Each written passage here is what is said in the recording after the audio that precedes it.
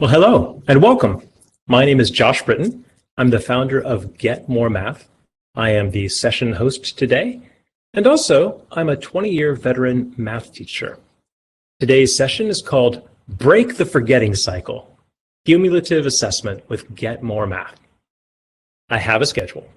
It starts with an imagination exercise, and also some talk about traditional unit testing. Then we get into the meat of the matter. What is cumulative testing? And probably you'll have some objections. In fact, let me tell you now, if you have a moment, get a piece of paper, get something to write with, and prepare to write your objections, because you may indeed hit a few issues as we go.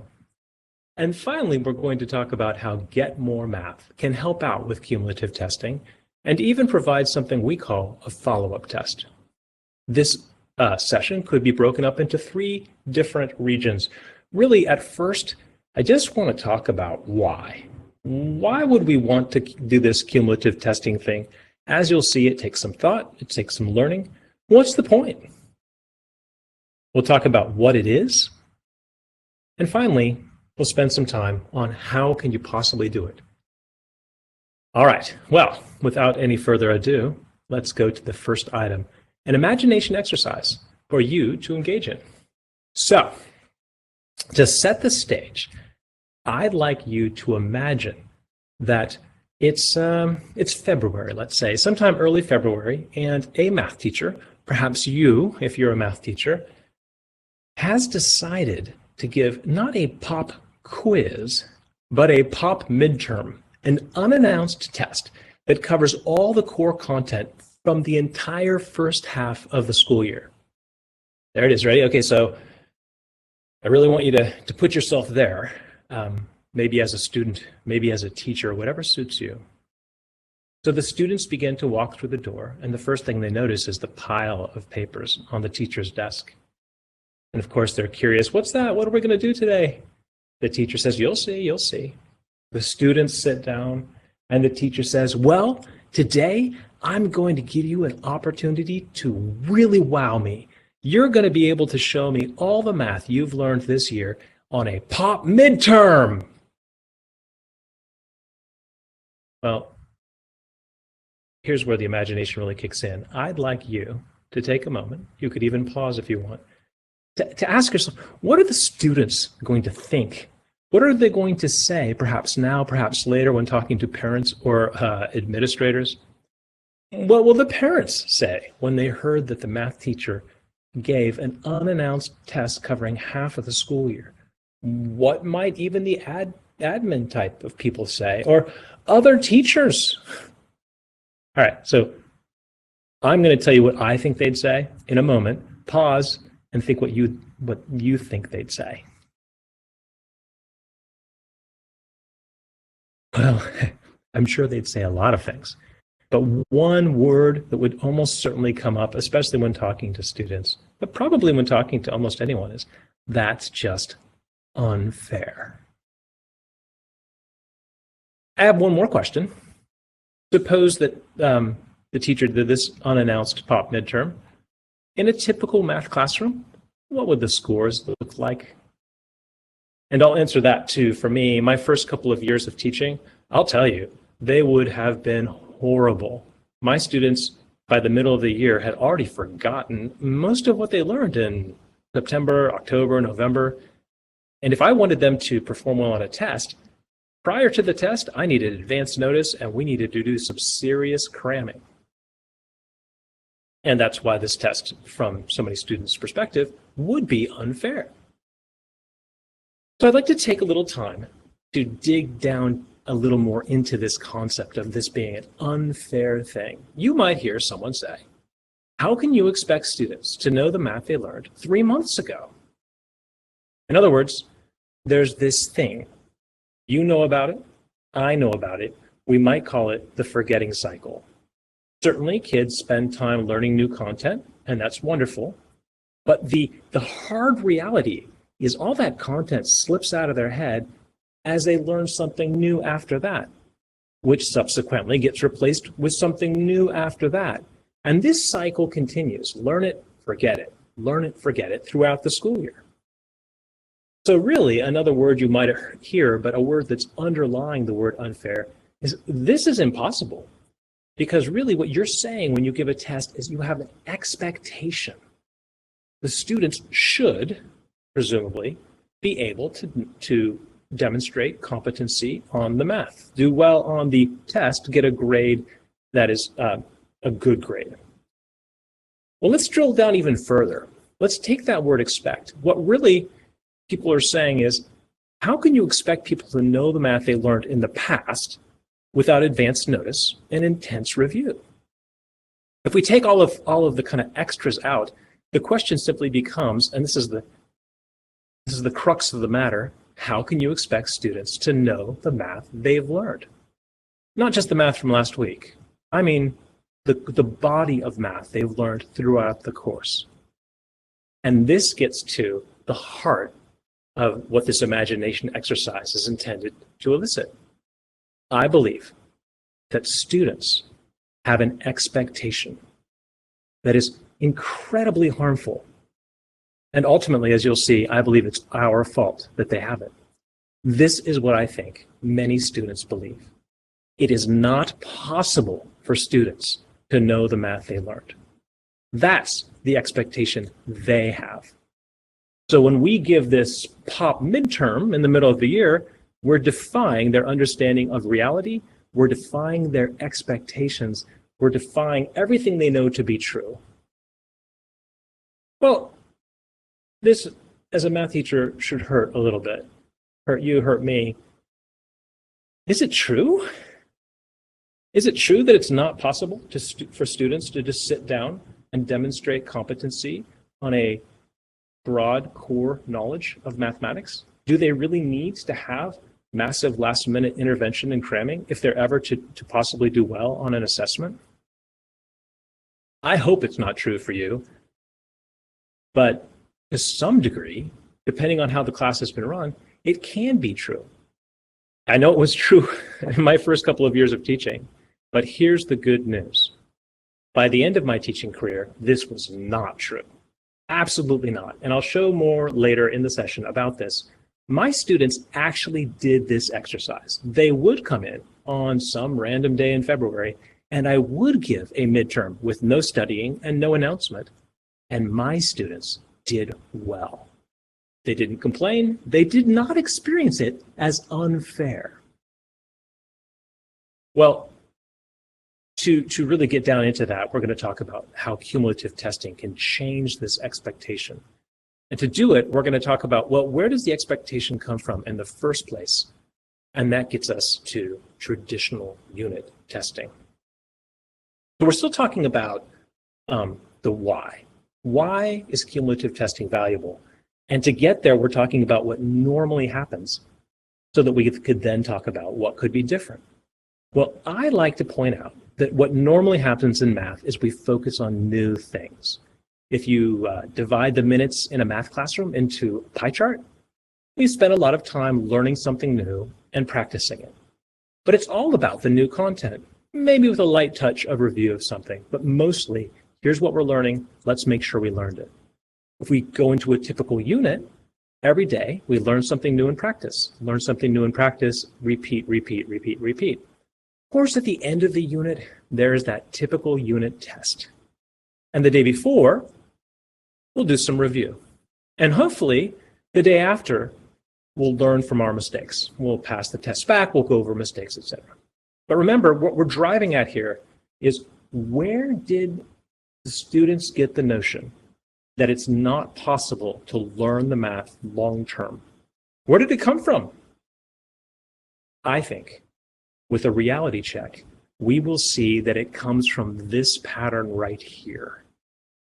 What really happens near the end of the unit? You can call it review, but I call it cramming. That day before the test, when you do all these exercises to try to make sure like everything's straightened out, everything's uploaded, the kids are going to pass the test, right? And then what about the day after the test, when you hand the test back and you say, all right, class, let's have you learn from your mistakes. There must be 50 ways to do that, but none of them is all that great. And that's because so many of our students know what's going to happen next. What's going to happen next is another unit with a different test on other stuff. So before you ever try to get them to learn from their mistakes, in fact, I suggest it's right when they're passing the test back to you. They've taken the unit test. They're going to walk out the door. You can just about hear it happening in their brain. I call it the flush. And this is our typical unit testing pattern. We've taught kids that if they can cram stuff into their heads, pass a test, they're good. They can flush from here on out because, it's over. We're moving on. Well, if you think about the goal being, let's make sure kids learn math, not just one unit of math, but a course of math, this cram, test, flush pattern over a year, broken into units, is not going to fare well. We have some big test at the end of the year, but as we push through the units, here's that first unit we saw, learn new, learn new, learn new, cram, test, flush. Next unit, same deal. I want to point out that the prior unit, the kids have flushed it. It's fading away. And as we merrily pursue the chase, test after test, testing only the current unit, the students are conditioned, yes, conditioned, to not really need a deep grasp of prior content. And if you've taught for long, you know that by the time you get past the middle of the year, there's so much from the beginning of the year. It's not just faded, it's really gone. So maybe you'll spend 3 days or 2 weeks cramming at the end of the school year to try to get kids to pass that big test, that high stakes test at the end of the year. But my point is, they've already forgotten most of the content. They need the cramming because they didn't learn the math. So again, this screen is about student expectations. This is 1 year. This is what students experience many years, year after year after year, unit after unit after unit. We teach them to expect, that's that expectations, that all they need to do is pass the unit test. Of course, at the end of the year, we suddenly say, oh, wait a minute, you need to know it all. And they say, what? I don't remember all this stuff. And rightly are they a little bit upset because we have conditioned them to lose it, to flush it. So where does the expectation that it's not possible to know the math long term, where does it come from? I think it comes from us and from our long pattern of unit testing. Kids test, kids flush. What I'd like to do is talk about how to change it with cumulative testing. I want a different sentence. I want kids to know that it is possible for students to know the math they learned. And I want to change that by getting rid of the flush with this idea of cumulative testing. Plus your objections. All right, so now we get to the meat of what I mean when I say cumulative tests. I'm going to get a little bit geeky on you because I really want to show you the nitty-gritty, all the little details.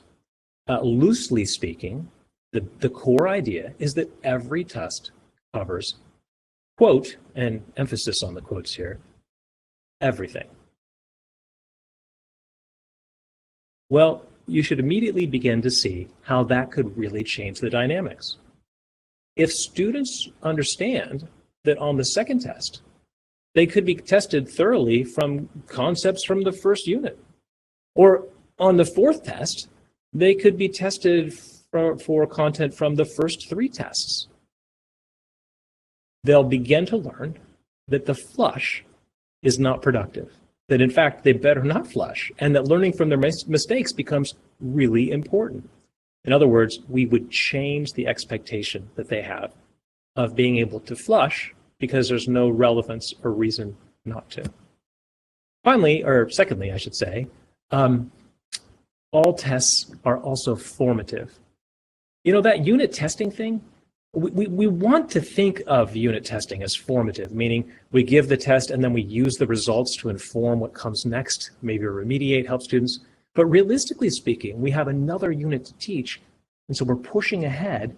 And so we try to make the results and the data from unit tests actionable, but cumulative tests, Oh, it makes it so much more logical and fluid to make tests formative, to use the results for tests. Of course, the very last one can't be formative. Not really. All right. So let's talk about what I mean by everything. How can every test cover everything? Well, remember, I said put a real emphasis on the quotation marks. Let's really get into it.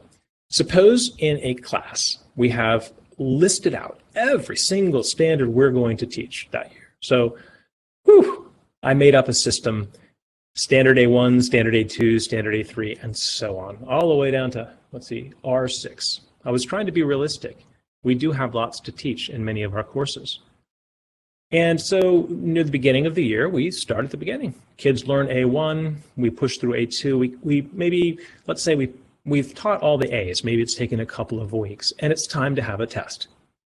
Well, in cumulative testing, what does that look like?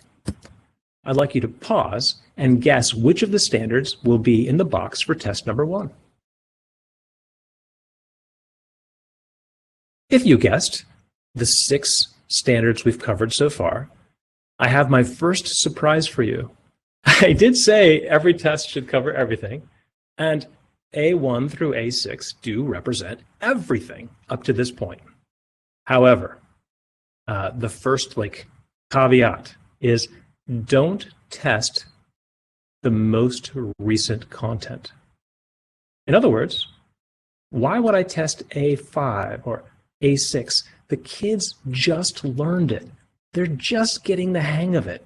It's way too early for me to give them an opportunity to show that they've really learned it and retained it and mastered it. They've just started to sink their teeth into it. I want to give them more time. So I'm going to take out the most recent standards. And my test 1 only has three standards on it. It's really more of a quiz. And we'll talk about that more further in a bit. All right, so in the next couple of weeks, we cover all the B's. And now it's time for test 2. So once again, why don't you pause and try to figure out what you think will be the content for test 2. Well, if you said all the A's and half the B's, you're absolutely correct. So it's almost everything, just not what we learned the last few lessons. You've got the pattern now, right? After a few more weeks, we've learned all the C's now. We're going to test cumulatively. So we'll test everything. Our test is going to cover the A's, the B's, the C's. I hope by now you have something on your objection list. Remember I said at the beginning to have a list of your objections? You should feel an objection coming now soon. So we learned the D's. So we test all the A's, B's, C's, and D's, except for the last few D's. We learn the E's. Our test goes through most of the E's. We learn the F's. Okay, at some point, the test gets too big. And now we once again have to return to the heavy quotation marks I said earlier on everything. When I say everything, I don't mean everything. Let's say we're going to limit our test to 30 items. Now, 30, by the way, is no magic number. I'm just making this up. It's whatever would be appropriate for your students and your class size. So I have 33. So I'm going to have to take 3 out. So I randomly do. I took out 3. Now I have a test with 30 items. And this random removal has to continue. So as I go through the rest of the year, like G, now I'm going to have to take out more than 3 items. Which items will I take out? Well, I said random earlier. Often it's tactical, right? You might take out items that you feel are super easy and deeply mastered, or items where a later standard sort of presupposes the earlier standard, so you really don't need to have both on the test.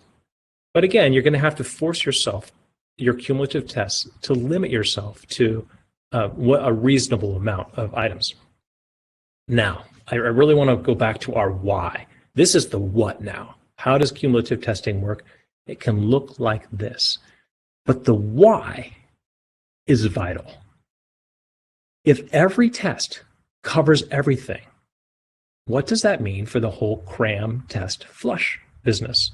And what does that mean for the learn from your mistakes exercises? Well, it totally changes student expectations. And I found the beauty of it is I thought it'd be really hard to change student expectations. It wasn't. If this is what you do from the beginning and you don't even make a big fanfare about it, it's just how it works, kids just kind of do it. They roll with it. That's what Mr. Britton does. So it was a normal part of my class. Like, it was totally and utterly, when I first started doing it, a massive change to my workload and my patterning, et cetera. But my kids just experienced it as the normal thing for algebra, 9th grade in Mr. Britton's class. Now, let me tell you some do's and don'ts. And if you're a note taker, this is kind of some of the core ideas. So I already said, always test everything. That's what the last slide was about. And the quotation marks kicked in a couple times. Another thing I recommend is to shuffle the skills in a random order. So when I showed you test 4, I showed you a nice, neat arrangement, but that's not how I would actually do the test. I would give the skills in a random order. My metaphor for this is if you really want to know what kids know, don't give them a deeply patterned thing. Like, you always start at the beginning, A1, A2, and they can kind of think through their pattern. You want to mix it up to see that they can really, in whatever the context, they can really drill down and identify the issues present on a particular problem, regardless of the ordering in which it occurs. Here's a huge one that takes I had to really change my ways. You don't need to ask 5, 6, 7, 8, 9 questions on every standard on a test. Or another way of putting it is, don't test every variation on a concept. So that first quiz or test that has 3 standards, ask 3 or 4 questions. That's it. Because you can use that data to inform further instruction, and those standards will be tested in later tests. So you don't need to beat them to death on one assessment. You can spread them out over time, little by little. Also, I recommend that the value of tests get greater and greater as the year goes on, because they are more and more representative of whether a student has mastered the core of the course, not a particular unit, but the entire body of knowledge. I already kind of referred to this before, but with this rolling body of cumulative tests, you'll need students to learn from their mistakes. And that gets us to the next point. Remember, I said test everything and try to make it formative.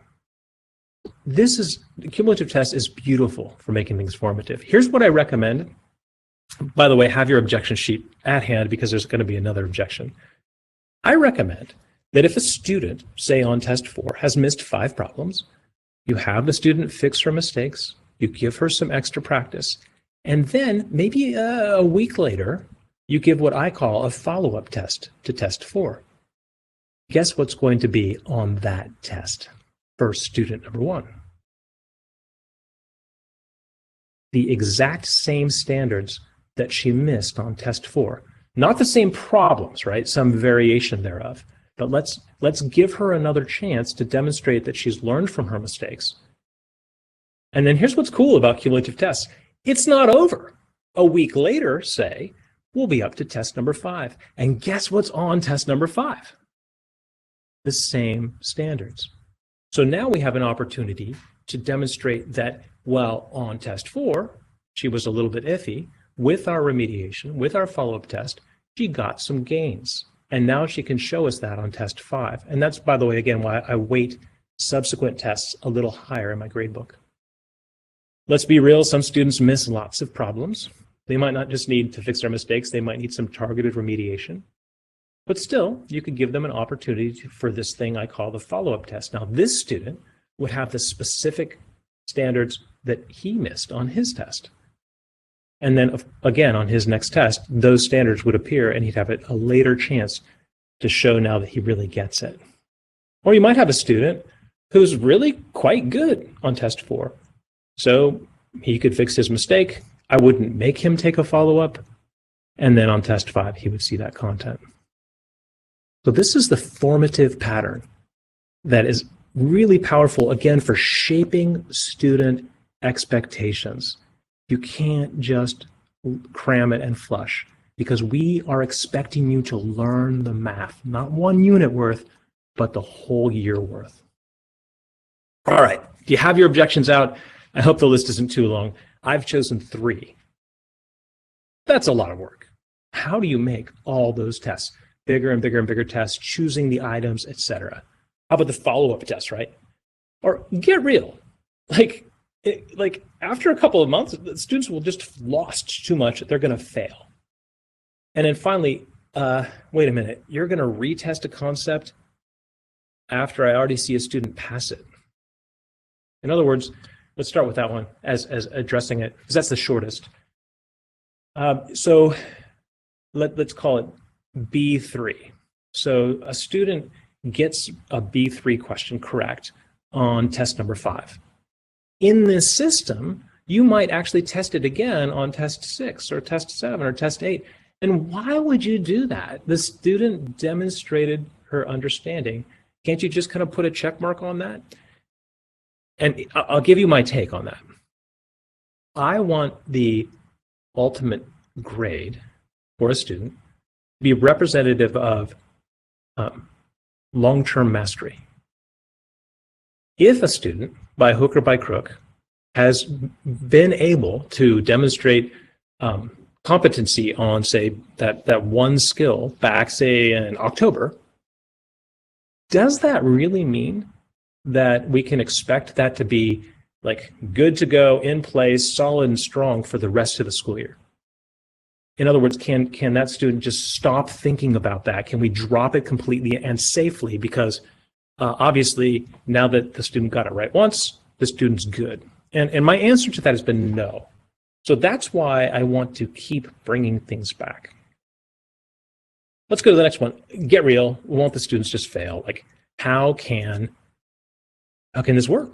Like teachers also have trouble altering their expectations. Can students actually know the math, not just the math from this unit, but from any unit, and actually know it in a way where they don't have to like cram it back in their heads every time they're going to be tested? The answer to that is yes, they can.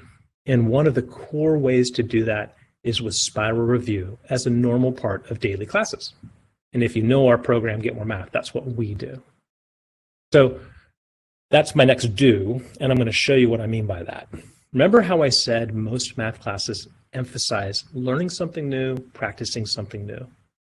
Well, if you really want brains to retain content over time, you need to change how you use your time. You need, yes, to have a lesson, and yes, to have practice.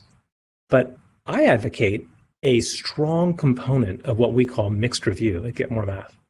That is to say, spiraling back to old content instead of just focusing on new content. See how that again changes the expectations? If every normal day kids are expected to show or to invest significant amounts of time and energy in working through old content, that changes their understanding of what matters. We're effectively communicating. We're putting our time and energy into retaining the gains.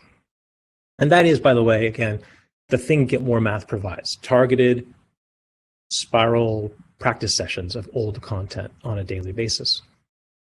Well, if you do this for yourself or with Get More Math, you can really change the expectations that kids will have, because as the days go on, they're learning new content, but every day that green slice means they're practicing old content.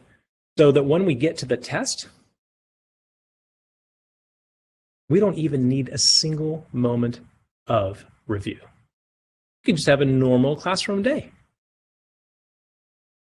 Why is that? Well, it's because the green slices, that chunk of time has actually already ensured that kids can, at any time, without preparation, take a test, because they've been retaining their gains and working diligently at that over time. Now, let's just do a little pop quiz. That test, which of these days, there are 9 days shown, would a Josh Britton cumulative test cover, do you think? Pause and guess. If you said not the most recent days, you remembered from earlier in this session. Congratulations. If this was my first unit, it would only cover the first 5 days. Those last couple of days would not be on this test. The kids just learned it. I want to give it time to sink in. Now, if we zoom out and look at 1 year with this idea of review every day, and we break it up into units, and we see that first test. Look what happens when we go to the second test. All right, once again, which of all these little circles, which represent days, which days do you think that second test, that orange dot, will cover? Hint, it's a little bigger. And I just heard a milk truck go by my house. I wonder if you could hear that too. All right, well, my second test would cover the first half of that unit, and this is the cumulative moment, all of the first unit. So now, as we merrily chase new content, we're always going back and testing most of the old content. And this graphic right here, that big orange dot, is that imagination exercise. My students would come in the middle of a school year, take a test that covered almost everything they'd ever learned, with zero cramming, no review day, and do just fine because I had changed the expectations and introduced cumulative testing as the fundamental understanding of how we were going to roll. And they were fine with that. But that's because, again, remember, I was giving them daily opportunities to revisit old important concepts.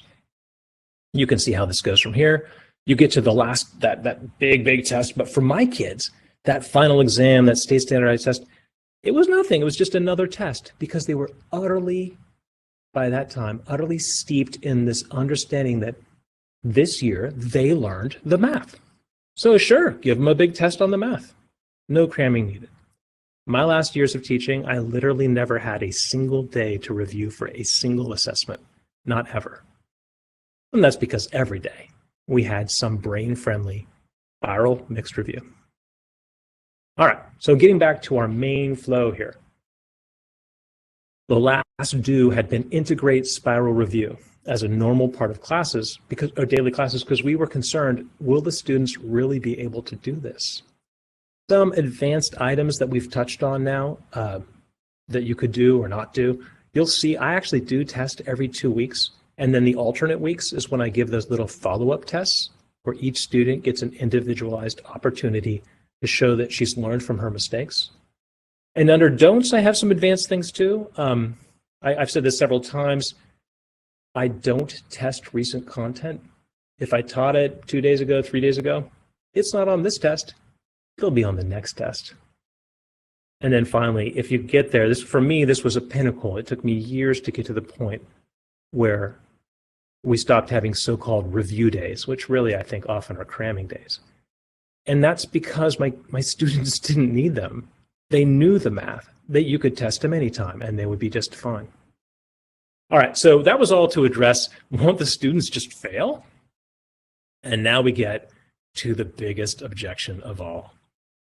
I used to do this whole thing I've showed you on paper, and it just about killed me. I mean, making all of those tests and remediation and follow-up tests, the grading, the analysis, I mean, it was brutal. And that is why I changed Get More Math, or built Get More Math, into basically the workhorse. Get More Math can do the work. In fact, I'm going to pause for a moment, or ask you to pause, and actually make a list of all the crazy things that this would take, all the work. Presumably, you've either not paused or you just pressed play again. Here's a list I made. You've got to make all these tests. That's a lot of tests. And a lot of the time, you need to make practice tests, maybe with answer keys. I used to have IEPs where a student would need a study guide or a practice test a week ahead of time for every test. So that meant I had to make twice as many tests. Of course, grading all those tests, making sure kids fix the mistakes and learn from them and get additional practice, making every kid a follow-up test that addresses that student's needs, grading all of those follow-up tests. I'm probably missing a few things, but let's dive into these. This finally gets us to Get More Math as the testing tool. And I'm looking at my time. Oh, I'm doing all right. I think I have time for this. So I'd like to show you some elements of Get More Math and how it can facilitate cumulative testing by leaving you in control of the critical decisions, but doing a bunch of all the busy work. All right, to do that, I think first I should address real quickly, because I'm making this session and I don't know who's going to end up watching it. If you've never used Get More Math, this is the wrong start. Like, this is not the first thing to do. In fact, cumulative testing is kind of like at the top of your game. It's like when you really want to step up. Let me suggest some things. So if you've used Get More Math and you're like a veteran, you're like, yeah, bring it. Hold for a sec, please. If you're new to Get More Math, do go to our website, get yourself a free account for a trial, and just use it in some light ways. Like, just give an assignment with Get More Math, or maybe make a small test, just a teeny thing, just to try it out. Take the test with a student account. Maybe then create a small follow-up test and take the test with a student account. Start using Get More Math with your students for mixed review, which is the key idea, that green slice of spiraled practice of old content. And then once you're like, okay, I've got this down, that's when you want to start building cumulative tests. So I strongly advise not to jump right in. Even though I am an enthusiast and I like to jump right into things, I take it by the numbers.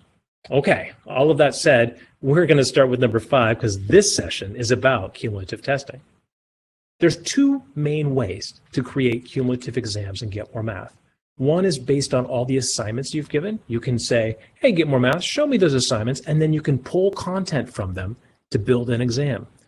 I've elected to use, though, the other way for this presentation. My favorite way is to make an exam out of mixed review. In other words, the content of mixed review can become the content of your exam. But again, I'm going to sprinkle this in. If you're not in the know with Get More Math, this is what a student account looks like. There's a lot to take in here that I can't explain in this session, but I will say, look at all those colored squares. There's 68 of them. Each one represents a skill that the teacher has over time added to mixed review. These are the skills that we will be cycling the students through as they're practicing not today's content, but old content, stuff from last week, last month, 3 months ago. So over time, this student's skills have really built up. The colors mean something, the shapes mean something. Again, I don't have the time to go into that for this particular presentation, but we have lots of good information on our website. All right, how do you make a cumulative test? Well, first of all, this is the teacher program now. I've switched programs I'm showing you. I have clicked on classes on the teacher screen. I've chosen a class, so period 2 is currently selected. And finally, I chose the view called mixed review. If you do that, you'll see a screen like this. Notice that it tells you how many skills are currently active in mixed review. Hey, wait a minute. We just saw that, right? The 68 colored squares on the student screen, that's the 68 active skills. If you look at this active column, you'll see that every row is either sort of active, or I guess that's the same word, huh? It's greenish or it's grayed out. So what this is representing is each row is one skill that is either currently in the mixed review set, that's one of the 68 skills, or at some point in the past, it was part of the mixed review set, but currently it has been disabled, so it's no longer showing on the students' screens. So I could scroll and scroll and scroll. I have like 100 and some odd rows, but only 68 of them are active. I'm going to choose my 30 problem test from active skills. I'm going to say that again, a different way. My students are currently accustomed to cycling through 68 different skills, concepts, standards. I need to make a test that's cumulative. I'm going to pick out an assortment of skills from those 68. So no surprises for them. Whatever they've been cycling through on the regular basis, that's what I'm pulling my test from. Which ones will I choose? Well, first let me show you how. It's this column with the little boxes. What you're going to do is click on a box, Now we have one skill selected. Click on a box, another two skills, etc. Right? So you can click on as many as you want. You could click on the ones that are not active if for some reason you wanted to. I don't know why I mentioned that because I never do that. Now, suppose I wanted to make an exam just out of these 5 skills. I'd click on Actions and see where it says Create Exam.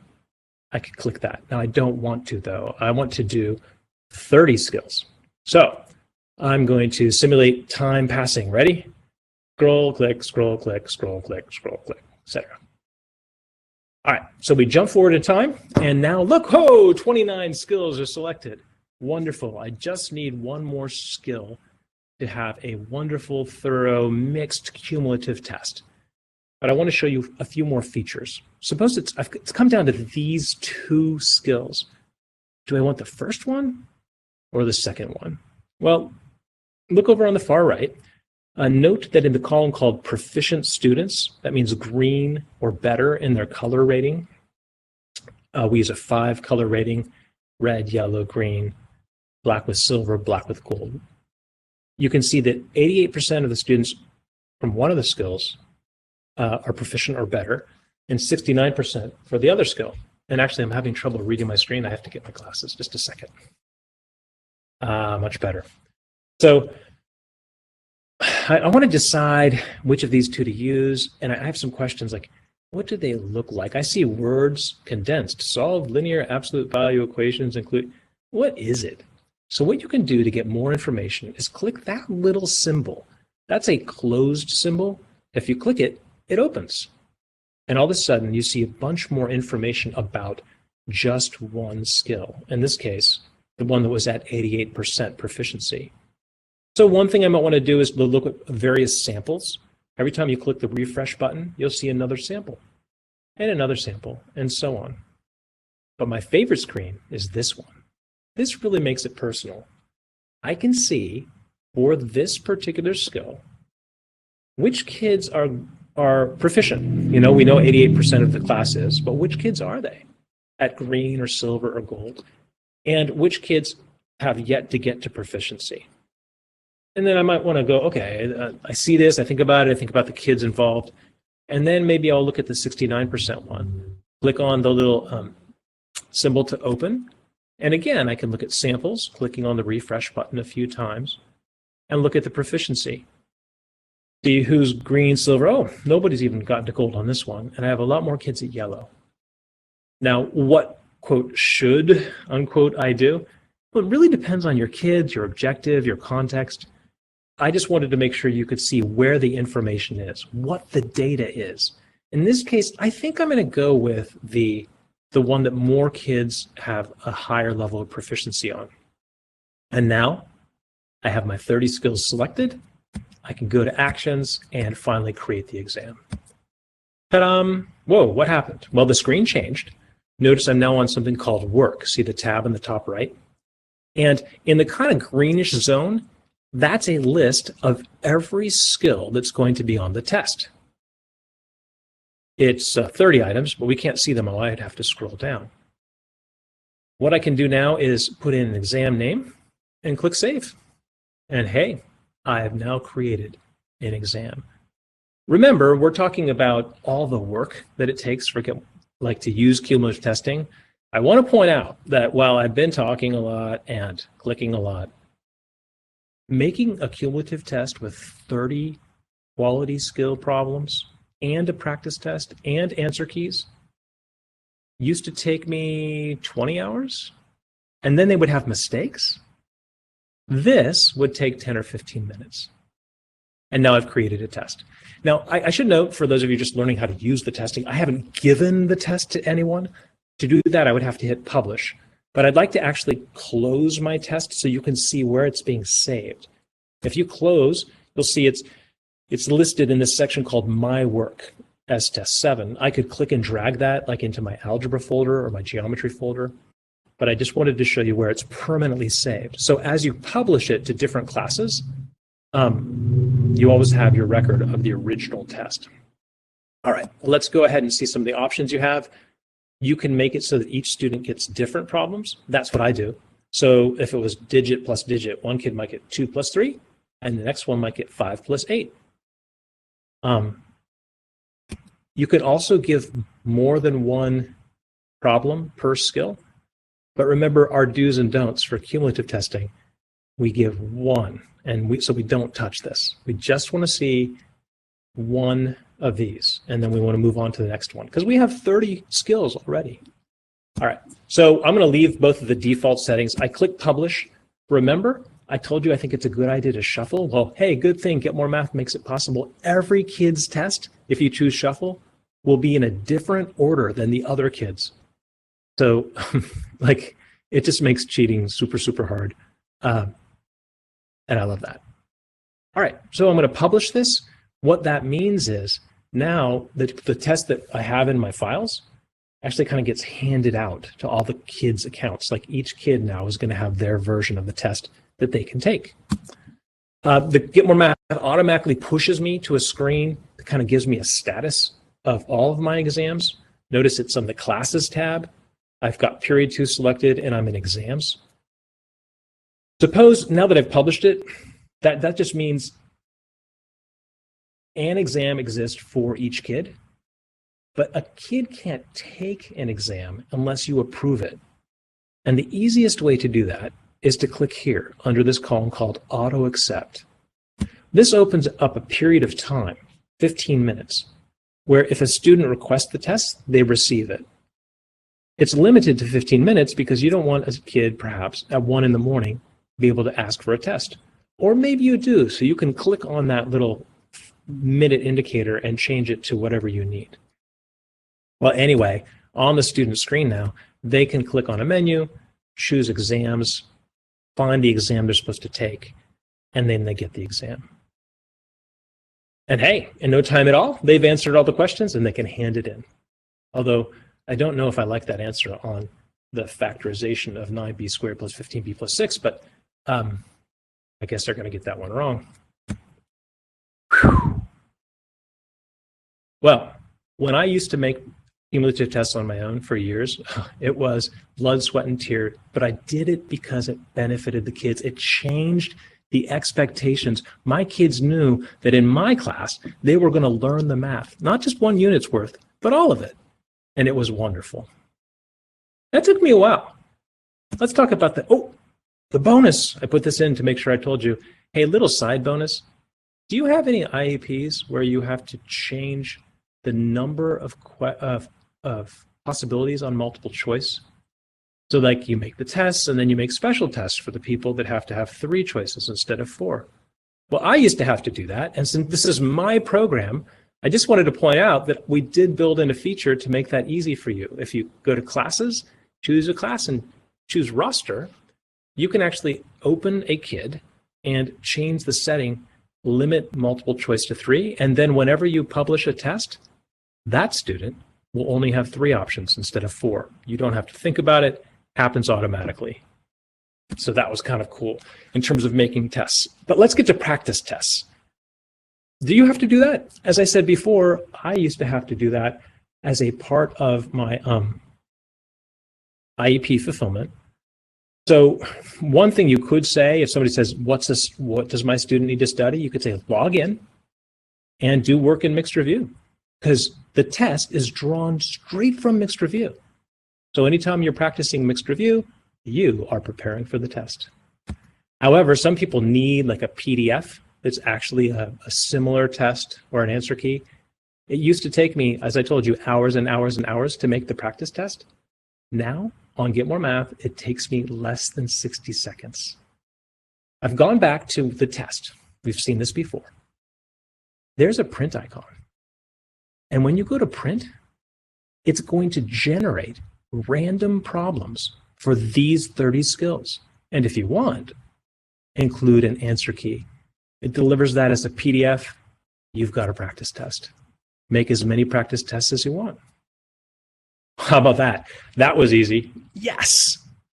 That every time I make a practice test at Get More Math, I get happy just because it, like, after all those years and all that work, it's just so sort of powerful and wonderful. Grading tests is a snap. We grade them for you, but then you can override our decisions by clicking on any problem type and giving full credit or partial credit. Once you hit save grade, we retain that grade and we get on to the next bit. You know how hard it is to make some kids actually engage with the problems that they got wrong on a test? And even as you're trying to change expectations, and even if you say, look, this could be on the next test, it's still really hard to get some students love to learn and love to learn from their mistakes, but some, it's just, they resist. Get More Math hits number 4, ensuring students fix mistakes, with a feature called Corrections. So remember, this is what it looks like on a student screen normally. But watch what happens if we go back to our exams view and we turn on Corrections. Any student who's had their grade saved by the teacher, so that Get More Math knows, like, this is the official grade, Get More Math will automatically then deliver each problem that student missed directly to the student's screen for corrections. Remember this problem? I called it out because I wanted you to remember it. 9b squared plus 15b plus 6. This is the exact problem from this student's exam, showing the answer she put in, and now she needs to fix it. Not only that, Get More Math will have her do an additional similar problem to make sure she really understands. All of the colored squares above the dotted line are the 7 skills that she missed on the exam. So now, whenever she's in Get More Math and doing practice, she can practice those skills some more. Well, that takes care of providing additional practice. What about making the follow-up tests? All right, watch carefully. Ready? Click. Like, I don't have any slides for this, because the moment you save your grade, a student's grade for a test, we automatically create the follow-up test. So that used to take me an insane amount of work, and now it happens with no work. I just have to grade a test, and a follow-up test gets made. For students to take the follow-up test, you would need to make sure you chose to show the follow-up test, and don't forget that AutoAccept feature as well. And then on the student screen, a student could pull down a menu, choose exams, and take the test. Look, 7 skills targeting that student's prior weaknesses. We've had her fix her mistakes, we've had her do additional problems, we've given her some time, and now she has a test that's exactly suited to her areas of need. And of course, you can grade them using the same grading technologies we showed before. Well, no doubt about it, cumulative testing was one of the hardest things I ever bit off when I was an early teacher, and I was committed to trying to change things. And Get More Math addresses the biggest problem, that's just a ton of work, beautifully and powerfully. Well, remember, we had a schedule. We were going to get to how could Get More Math make it possible to do cumulative testing, and we were going to hit follow-up tests, and we did put a check by it. Well, to conclude, I'll say again a thing I've said many times. I think we have conditioned students to expect to forget, to the point they don't even think it's possible to remember. And may I say, I think many teachers believe that too. We've lost the battle. We don't believe it's possible. So what I've tried to do here is show how using cumulative testing can dramatically alter that fundamental paradigm of what do we think can happen? What is possible in 1 year in a math classroom? And I'm telling you, it is possible for students to learn the math. Not just this day's math, not just this unit's math, but the core concepts from an entire year. Thanks so much for your time. I hope this has been eye-opening and expanding. Again, if you're interested in using Get More Math as a tool, please don't hesitate to check it out. It's at getmoremath.com, where you can get a free trial and play around with it, see if it suits. Thanks again.